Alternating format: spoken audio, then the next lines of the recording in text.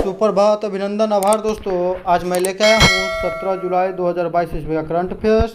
तो चलिए स्टार्ट करते हैं हम लोग। आप सभी का स्वागत करता हूँ आपके अपने यूट्यूब चैनल ज्ञान मंदिर तक में।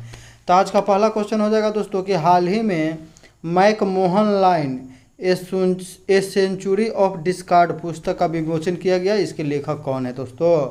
तो McMahon Line a century of discord पुस्तक के लेखक कौन है दोस्तों? तो बहुत ही इंपॉर्टेंट क्वेश्चन है, क्योंकि मैकमोहन लाइन जो है भारत और चीन के बीच स्थित है, याद रखिएगा। तो इसके लेखक है जे सिंह दोस्तों, याद रखिएगा।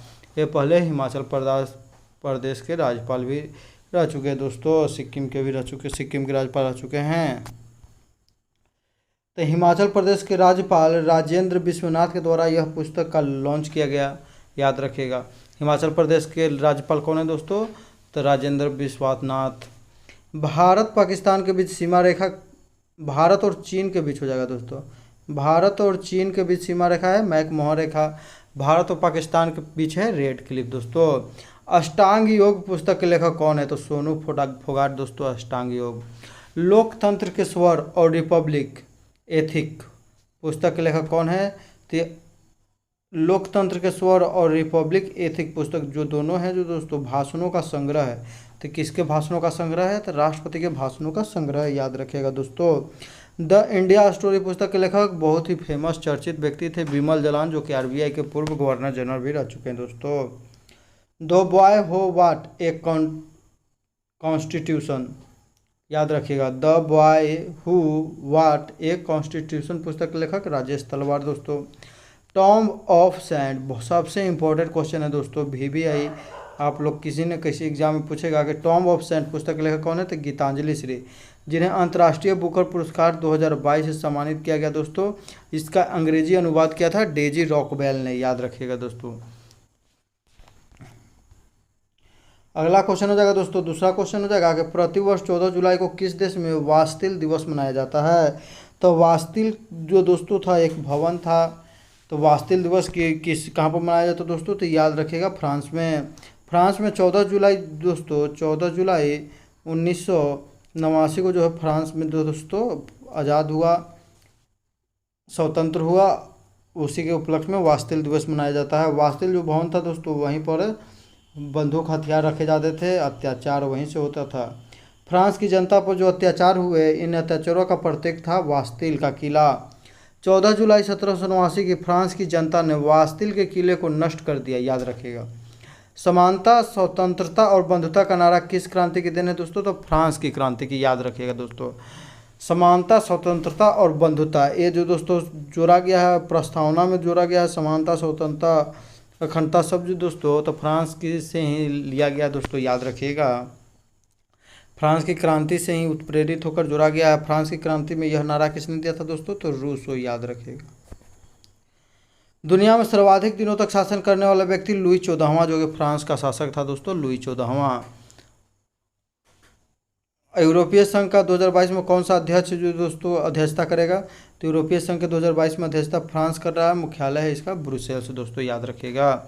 इसमें 27 देश सदस्य हैं। हाल ही में यूरोपीय संघ से अलग कौन हुआ दोस्तों? तो यह हो गया है ग्रेट ब्रिटेन दोस्तों। ग्रेट ब्रिटेन, इंग्लैंड अलग हो गया है दोस्तों, याद रखिएगा। इंग्लैंड अलग हो गया है और ब्रेक्जिट बिल के तहत अलग हुआ है। FATF financial action task force का मुख्यालय कहाँ में स्थित है दोस्तों? तो इसका है जो दोस्तों पेरिस, याद रखिएगा, पेरिस। इसके अध्यक्ष हाल ही में किन्हें बनाया गया है? तो टी राजा कुमार, जो कि सिंगापुर के हैं दोस्तों, टी राजा कुमार। और टी यहाँ देख लेते हैं दोस्तों कि TPLB यानी कि ओलंपिक का जो आयोजन होने वाला दोस्तों 2024 में कहाँ होगा? तो याद देखिए, T से टोक्यो 2020 में हुआ दोस्तों, P से पेरिस 2024, L से लॉस एंजिल्स 28 और B से ब्रिस्बेन ऑस्ट्रेलिया 32 में दोस्तों, याद रखिएगा। टोक्यो ओलंपिक जो था दोस्तों तो 32वां था, फिर आप जोड़ लीजिए 33वां, 34वां, 35वां, 36वां ओलंपिक जो हो सकता है 2036 में दोस्तों, वो भारत में भी हो सकता है। 2018 ईस्वी का फीफा वर्ल्ड कप किस देश ने जीता था, जिसका आयोजन रूस में किया गया था? तो क्रोएशिया को हराकर कौन जीता था दोस्तों? तो फ्रांस जीता था, याद रखिएगा।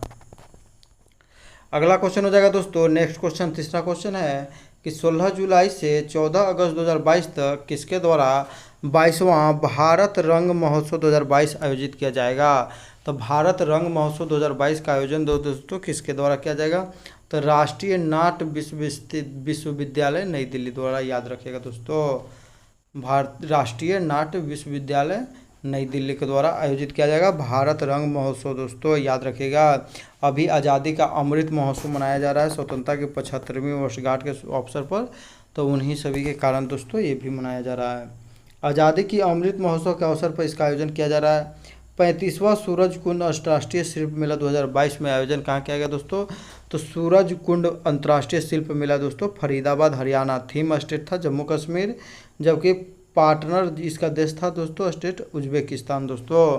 मेदराम यात्रा त्यौहार दोस्तों तेलंगाना में मनाया जाता है। यह कुंभ मेला के बाद दूसरा सबसे बड़ा मेला है मेदराम यात्रा। कंचौथ पर्व 2022, तो करवा चौथ जो होता है दोस्तों उसी को कंचौथ जम्मू कश्मीर में कहते हैं, याद रखिएगा। अगला क्वेश्चन हो जाएगा दोस्तों, चौथा क्वेश्चन हो जाएगा कि 11 जुलाई 2022 को रक्षा मंत्री राजनाथ सिंह ने कहां पर पहले आर्टिफिशियल इंटेलिजेंस इन डिफेंस संगोष्ठी और प्रदर्शनी का उद्घाटन किया?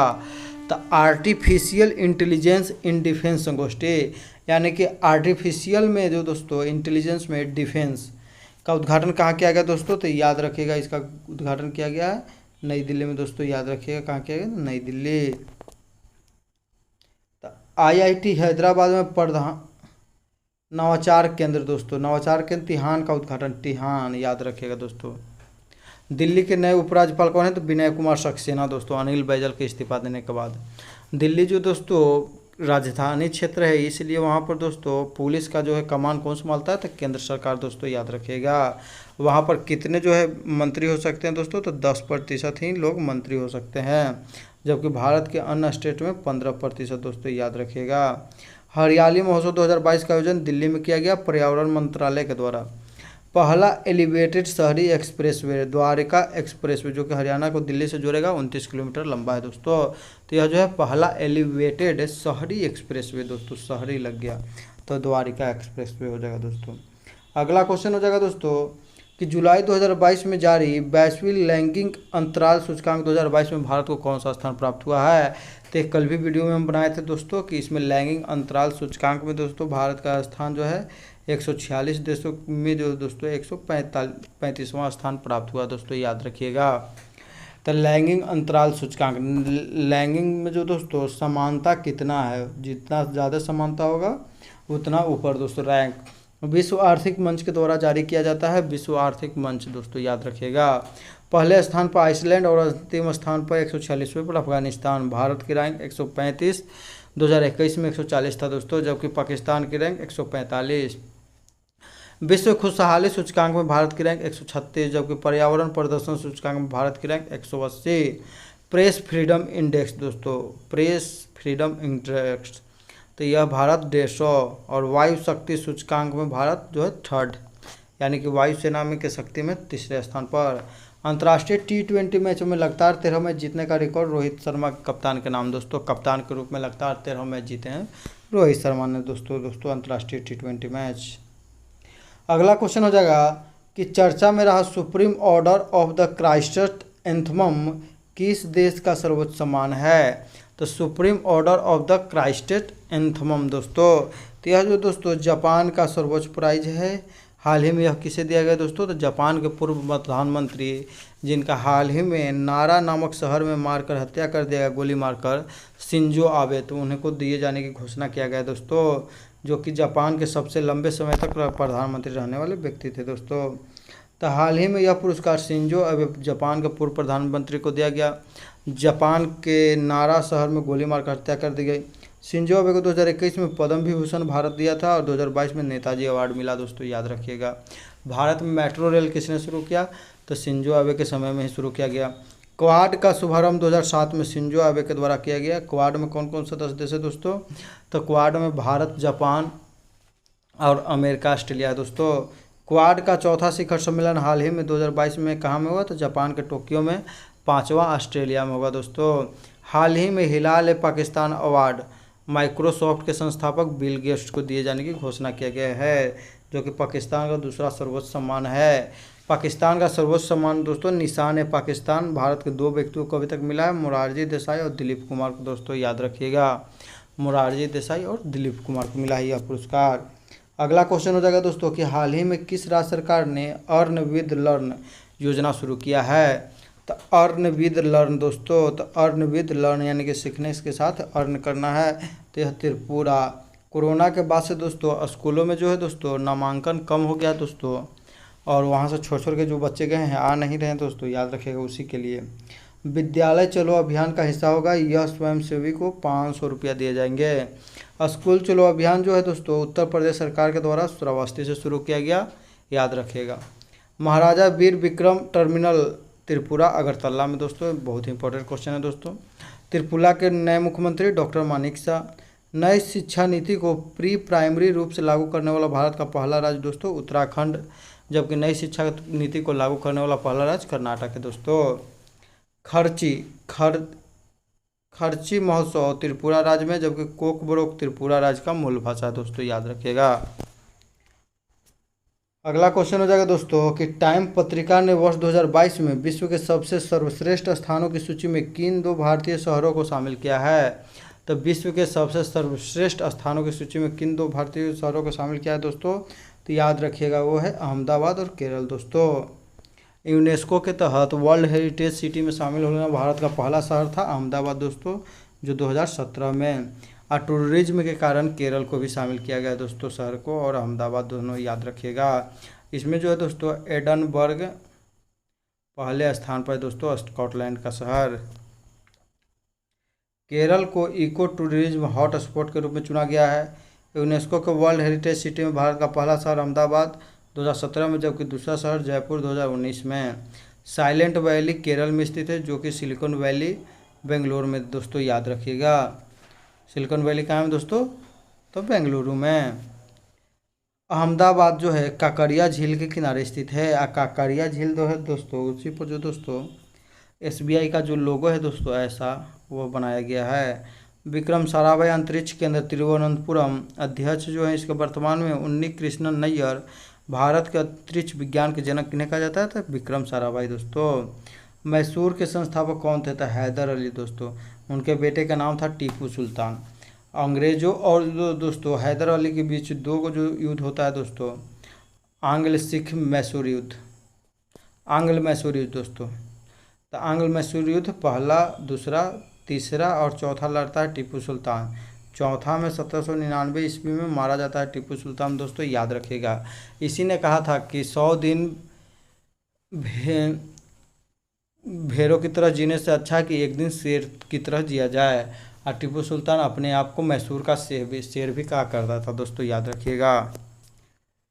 100 दिन। अगला क्वेश्चन है दोस्तों कि भारत का पहला क्वाड्रिवैलेंट ह्यूमन पैपिलोमा वायरस वैक्सीन किसके द्वारा विकसित किया गया, तो ह्यूमन पैपिलोमा वायरस वैक्सीन। और क्वाड्रिलैंड माने पुरुष और महिलाओं दोनों के लिए दोस्तों। तो ह्यूमन पैपिलोमा वायरस वैक्सीन दोस्तों किसके द्वारा विकसित किया गया है, तो याद रखिएगा दोस्तों serum institute of India. Serum institute of India की बात करें दोस्तों तो यह कहाँ है दोस्तों, तो पुणे में है। इसके वर्तमान में CEO कौन है दोस्तों, तो CEO है आदर पूनावाला। इसके संस्थापक थे साइरस पूनावाला दोस्तों, याद रखिएगा।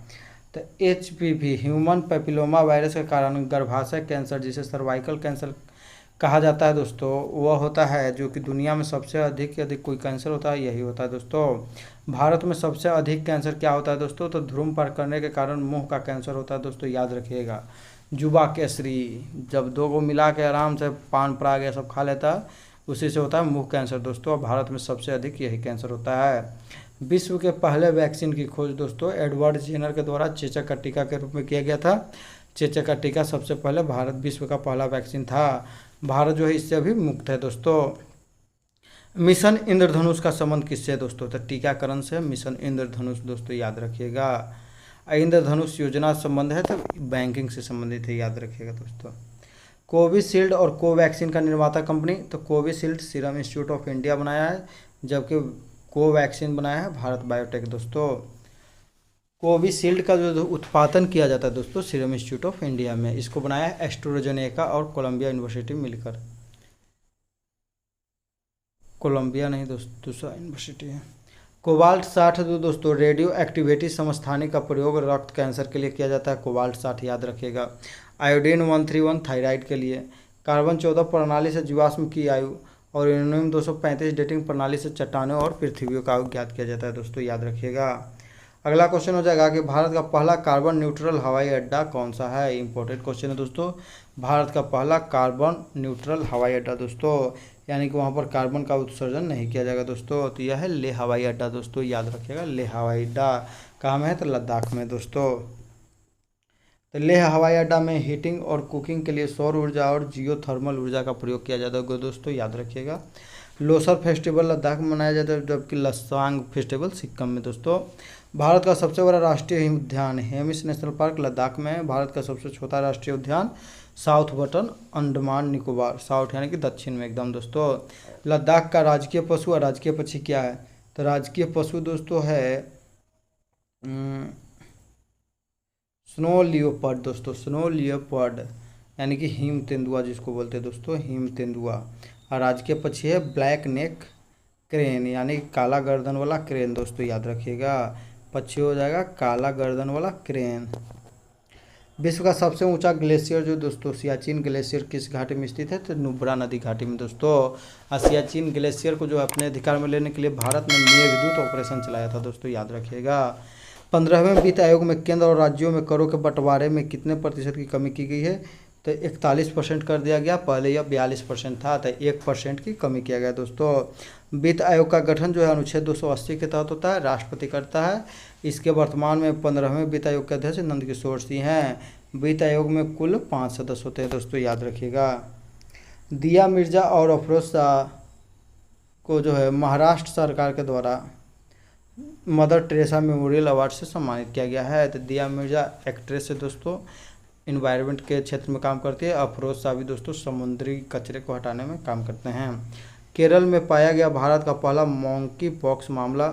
भारत का पहला ई वेस्ट इको पार्क दिल्ली में बनेगा। केंद्रीय कपड़ा मंत्री पीयूष गोयल ने पंचकुला हरियाणा में राष्ट्रीय फैशन प्रौद्योगिकी संस्थान का उद्घाटन किया। तो फैशन करना है तो पंचकुला, याद रखिएगा।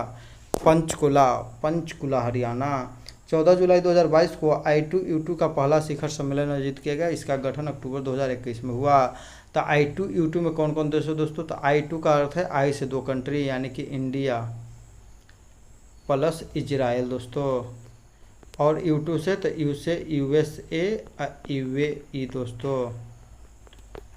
चर्चा में रहा कागजात निगरानी प्रणाली 1 अक्टूबर 2022 से शुरू हुआ होगा दोस्तों, याद रखिएगा।